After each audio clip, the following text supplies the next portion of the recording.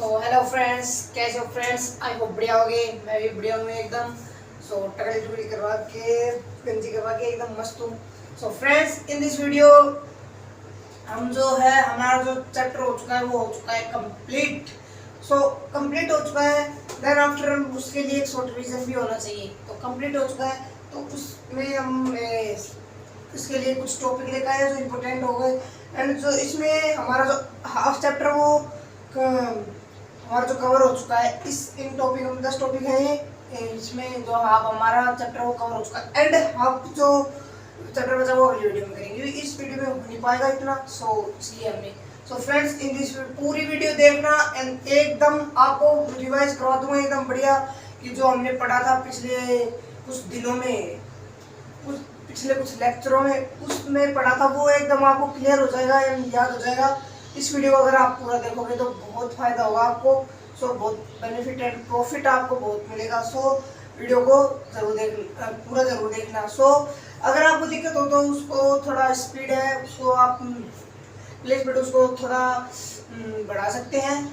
और इसके लिए मैं इतना ही आपको सजेशन दूंगा। तो मैं स्टार्ट करते हैं हमारा जो टॉपिक है आज का, या जो हमारा आज वो वीडियो है, जो हमारा लेक्चर है उसको हम आज कंप्लीट करने के लिए स्टार्ट तो करना ही होगा। तो पहला जो हमारा पॉइंट है वो हमारा है इलेक्ट्रिक चार्ज। तो इलेक्ट्रिक चार्ज पर क्या क्वेश्चन हो सकते हैं या क्या क्या जो आते हैं क्वेश्चंस एंड इलेक्ट्रिक चार्ज क्या होता है। तो फर्स्ट मैं आपको बता दूं इलेक्ट्रिक चार्ज क्या होता है।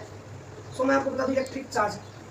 इलेक्ट्रिक चार्ज होता है the intrinsic property of any material और object which exert the force on another material. वो होता है इलेक्ट्रिक चार्ज की कोई भी ऐसा मटेरियल या ऑब्जेक्ट जो किसी उसकी ऐसी प्रॉपर्टी, पहले तो है कि जो इंट्रिंसिक प्रॉपर्टी आंतरिक प्रॉपर्टी किसी भी मतलब आंतरिक विशेषता किसी भी वस्तु की जो किसी भी दूसरी वस्तु के ऊपर बल लगाए उसको हम बोलते हैं चार्ज।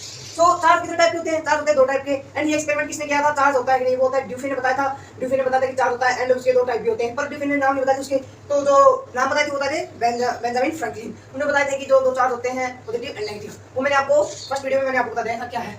अब है मतलब चार्ज क्यों होता है या क्यों बनता है cause of charging body means. अब मैं आपको बता दूं ये यूनिवर्सल ट्रूथ है कि जो कोई एक बॉडी है उसके अंदर अकेली एक बॉडी के अंदर कभी भी चार्ज नहीं होगा। अकेली बॉडी के अंदर चार्ज नहीं होगा, उसके अंदर चार्ज किसी तरह कन्वर्ट या ऑब्टेन किया जाता है या फॉर्म किया जाता है उसके अंदर। जैसे अब हमारे पास ये मार्कर है, वैसे चार्ज इसमें भी हो सकता है पर फिलहाल इसमें चार्ज नहीं है। क्योंकि चार्ज कैसे होगा? अभी हमारे चार्ज के हमारे पास तीन मेथड हमारे पास। इसको साथ साथ इसको भी हम कन्वर्ट कर सकते हैं, इसके साथ साथ इन दोनों को मैं एक साथ लेके चलूंगा दोस्तों। तो पहले बता दूं चार्जिंग बॉडी फर्स्ट होता है। हमारे पास तो तीन मेथड होते हैं। फर्स्ट होता है फ्रिक्शन, सेकंड होता है कंडक्शन एंड थर्ड होता है इंडक्शन। तो फ्रिक्शन में तो हम रब करके चार्ज कर देते हैं एंड कंडक्शन से हम कोई दूसरी चार्जिंग बॉडी को लेते हैं और उससे कांटेक्ट में लाते हैं वो चार्ज हो जाती है। एंड थर्ड बिना कांटेक्ट में लाए।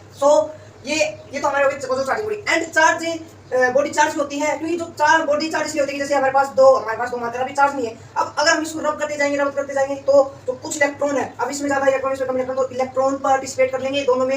जब तक बराबर इलेक्ट्रॉन नहीं होंगे तब तक ये एकदम सेम मतलब बोथ में सेम इलेक्ट्रॉन हो जाएंगे। तो ये होता है कि जो इलेक्ट्रॉन का ट्रांसफर होता है वो होता है cause of charging body. And अब बताता हूं मैं आपको प्रॉपर्टीज ऑफ चार्ज। तो प्रॉपर्टीज ऑफ चार्ज होती है मैंने आपको बताया था, अब दोबारा बता दूं प्रॉपर्टीज ऑफ चार्ज क्या होती है। चार प्रॉपर्टी होती है चार्ज की। तो फर्स्ट प्रॉपर्टी मैं आपको बता दूं क्या होती है।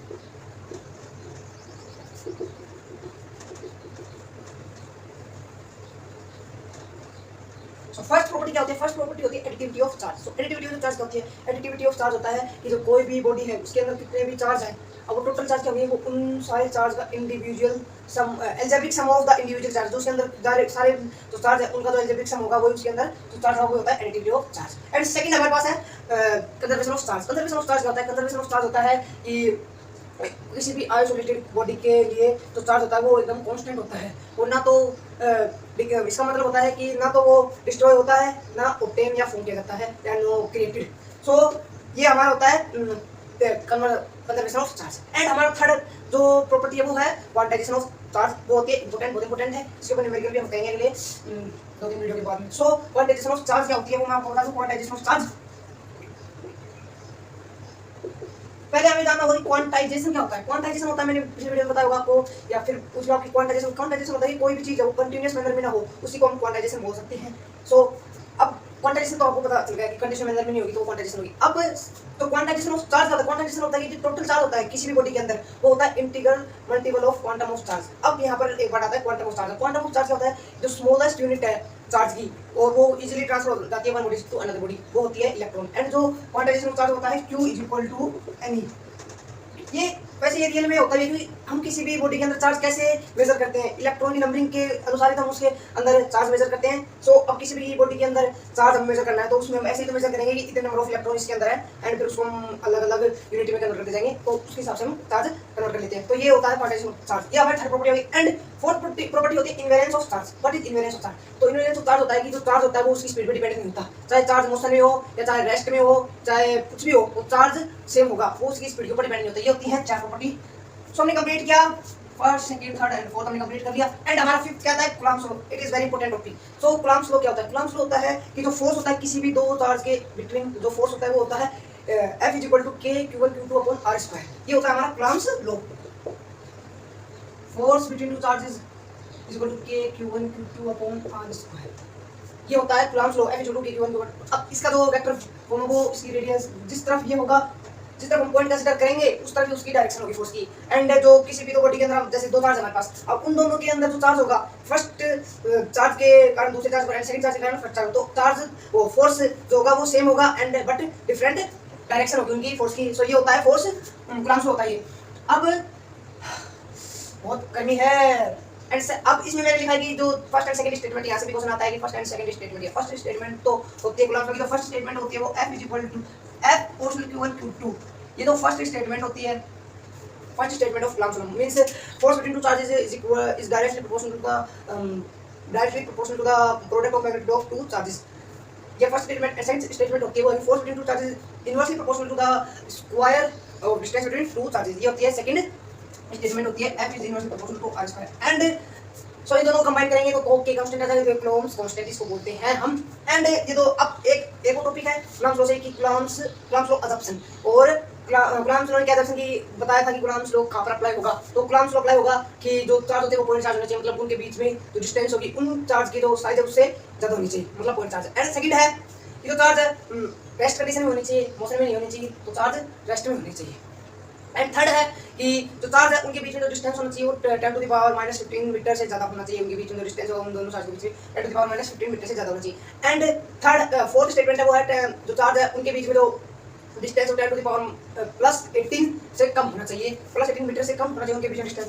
ये हमारा Coulomb's law complete. And third है प्रिंसिपल ऑफ सुपरपोजिशन। तो प्रिंसिपल ऑफ सुपरपोजिशन मैं बता दूं, प्रिंसिपल ऑफ सुपरपोजिशन वेक्टर जो वेक्टर क्वांटिटी है उनके ऊपर ही एप्लीकेबल होती है। तो इसका मतलब होता है कि जो किसी भी बॉडी के ऊपर कुछ भी है, अब जैसे हम चार्ज के लिए ले लेते हैं प्रिंसिपल ऑफ सुपरपोजिशन क्या है, तो चार्ज के लिए होती है प्रिंसिपल ऑफ सुपरपोजिशन होगी इधर टोटल चार्ज के लिए लेंगे तो उनके बीच में इलेक्ट्रिक फोर्स लेंगे तो इलेक्ट्रिक फोर्स होगा the total force on any charge, any given charge, क्योंकि हम एनी चार्ज ले लेते हैं गिवन हमें दिया हुआ होगा कि इस चार्ज को हमें टोटल फोर्स फाइंड करना है, तो ये टोटल फोर्स फाइंड करने के लिए सुपरपोजिशन होती है कि total charge on given total force means क्या बोल रहा हूं मैं, क्या हो रहा है, total force on a given charge is equal to the force exerted और it due to another charges. मतलब किसी भी एक गिवन चार्ज के ऊपर टोटल फोर्स होगा वो दूसरे जो चार्ज है उनके कारण लगने वाले फोर्स का जो वेक्टर सम होगा वो उस टोटल चार्ज के इक्वल होगा। ये हमारा होता है प्रिंसिपल ऑफ सुपरपोजिशन एंड ये वेक्टर क्वांटिटी के ऊपर ही एप्लीकेबल होता है। एंड थर्ड है permittivity and relative permittivity. Permittivity मैंने आपको बताया होगा, तो बता देता हूं, permittivity is a property of a medium which determine the force electric force on two charges present in that medium. ये जो किसी भी चार्ज के उनके बीच में इलेक्ट्रिक फोर्स होता है जो उसके उस मीडियम में प्रेजेंट हो। And relative permittivity the ratio of permittivity of any medium to the ratio of permittivity of free space. मतलब परमिटिविटी को हम डिनोट करते हैं एप्सिलॉन नॉट। एंड परमिटिविटी हमने बताया रिलेटिव परमिटिविटी की जो रेशो होता है इसको हम डिनोट करते हैं कैसे डिनोट करते हैं, डाइलेक्ट्रिक कांस्टेंट होता है ये। एंड ये होती है मैंने बताई है, अब मैंने बताया रिलेटिव परमिटिविटी ये होती है कि ratio of permittivity of any medium to the permittivity of free space. अब फ्री स्पेस के लिए जो ये कांस्टेंट होती है फ्री वैक्यूम और एयर में जो परमिटिविटी होती है एप्सिलॉन नॉट होती है, वो होती है 8 × 85 × 10 to the power minus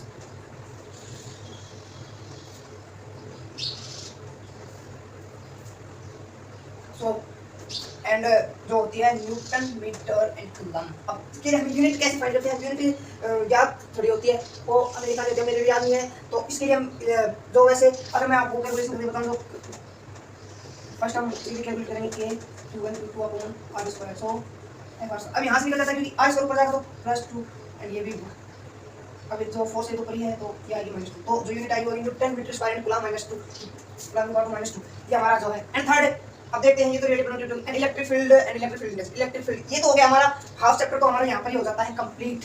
इतने टॉपिक में मतलब 7 टॉपिक होते हैं जो इंपॉर्टेंट होते हैं और जो हमारे हाफ चैप्टर होती है हमारे। एंड 8 है electric field and electric field intensity. Electric field intensity होती है, इलेक्ट्रिक फील्ड इंटेंसिटी होती है कि जो फील्ड होता है किसी भी चार्ज के अराउंड वो होता है electric field. And electric field intensity होती है the force exerted on unit charge is called electric field intensity. And second definition देख लो, force per unit charge is called electric field intensity. तो इसको डिनोट करते हैं E से is equal to force on unit charge. तो यहाँ Q होगा 1 हो जाएगा इज इक्वल टू 1, तो E is equal to F। Electric field का जो फार्मूला होता है F/Q होता है, F/Q electric field and electric field intensity is equal to F। तो इसके लिए डेफिनेशन फाइंड करेंगे तो हम डेफिनेशन ऐसे बोलेंगे electric force on unit charge is equal to electric field intensity. So ये तो हो गई। अब electric field due to point charge के लिए इलेक्ट्रिक फील्ड इंटेंसिटी क्या होगी, वो होगी F is equal to KQ upon R square is equal to, ये भी सेम कूलम्ब लॉ के लिए इक्वल है। अब यहाँ पर जो Q होता है वो चार्ज होता है जहाँ से हमें फाइंड जिस चार्ज के कारण हमें इलेक्ट्रिक फील्ड फाइंड करनी होती है, एंड डिस्टेंस होता है कि कहाँ पर हमें फाइंड करनी है इलेक्ट्रिक फील्ड इंटेंसिटी। सो ये तो हमारे electric field due to point charge होता है। एंड अब लास्ट जो टॉपिक है वो इलेक्ट्रिक फील्ड लाइन। तो मैं आपको बता दूं इलेक्ट्रिक फील्ड लाइंस क्या होती है। इलेक्ट्रिक फील्ड लाइंस होती है electric field force per unit charge is called force per unit charge is called electric field intensity. अब इलेक्ट्रिक फील्ड लाइंस बोलना है तो हमें इलेक्ट्रिक फील्ड लाइंस क्या होती है, तो इलेक्ट्रिक फील्ड लाइंस का पहले डेफिनेशन मैं आपको बता दूं, पिक्टोरियल और graphical representation of electric field is called electric field lines. ये तो होता है पहले डेफिनेशन। एंड जो सेकंड डेफिनेशन वो है कि जो रीजन होता है किसी भी स्पेस के अंदर, जो रीजन उसके अंदर कोई भी यूनिट पॉजिटिव चार्ज जो मूव करे, इफ उसको अलो हो कि वो कुछ करे मूव करे, तो वो होती है इलेक्ट्रिक फील्ड लाइंस। वही होता है वो रीजन कि जैसे कोई रीजन है, अब ये मान लेते हैं इलेक्ट्रिक फील्ड रीजन है, अब इसके अंदर यूनिट पॉजिटिव चार्ज को अगर हम ऐसे छोड़ेंगे तो वो जो उसका पाथ होगा मूव करने का उसी पाथ को हम बोलेंगे इलेक्ट्रिक फील्ड लाइंस। तो हमारा जो आज का टॉपिक है वो कंप्लीट हो चुका है, आप देख सकते हो। बहुत अगर आपको वीडियो अच्छी लगी तो वीडियो को लाइक करें, शेयर करें एंड कमेंट जरूर करना एंड चैनल को सब्सक्राइब जरूर करना। हम बहुत देखो पसीने बहुत आ चुके हैं।